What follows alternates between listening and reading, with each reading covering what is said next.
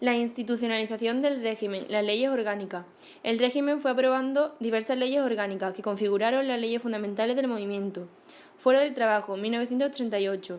Ley Constitutiva de las Cortes, 1942. Fuero de los Españoles, 1945. Ley de Referéndum Nacional, 1945.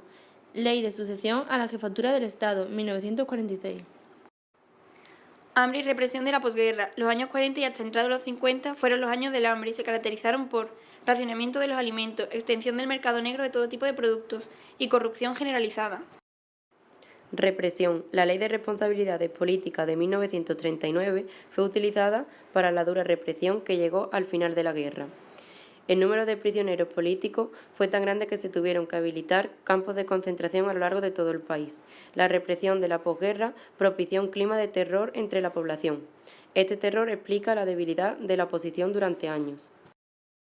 La política exterior, la alianza con las potencias fascistas durante la Segunda Guerra Mundial.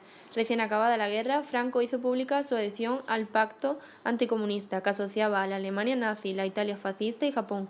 En 1940 tuvo lugar la entrevista entre Franco y Hitler, que estuvo de meter a nuestro país en el conflicto mundial.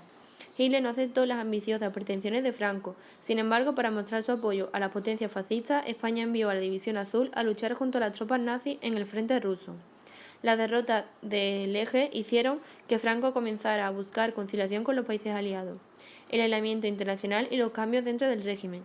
En 1946, la Asamblea General de las Naciones Unidas votó contra el ingreso de España. El inicio de la Guerra Fría salvó al régimen de Franco. La hostilidad hacia la URSS provocó un giro en la posición internacional norteamericana.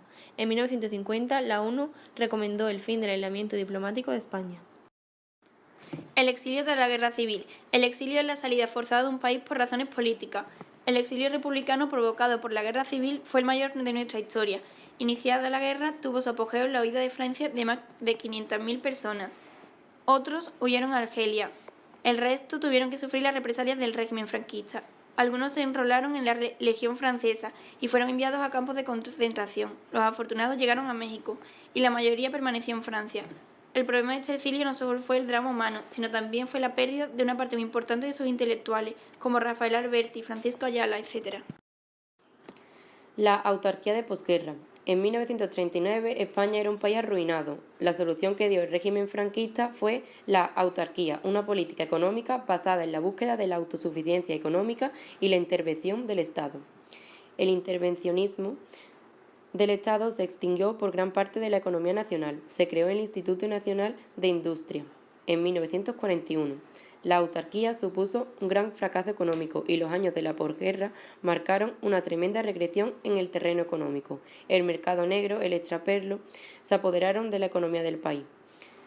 A la Segunda Guerra Mundial, 1939-1945, le sucedió un periodo de aislamiento por la condena internacional del régimen de Franco. Los años 50, el fin de la autarquía. El evidente fracaso llevó a que se produjera un giro en la política económica. Se aplicó una liberalización parcial de precios y del comercio, y la circulación de mercancías puso fin al racionamiento de alimentos. En 1954 se superó la renta por habitante. La Guerra Fría cambió en la política internacional norteamericana y la ayuda económica permitió importaciones de bienes de equipo para el desarrollo industrial. La necesidad de reformas estructurales en la economía era evidente. Franco permitió la entrada en el gobierno de los tecnócratas del Opus Dei, que diseñaron el Plan de Estabilización de 1959.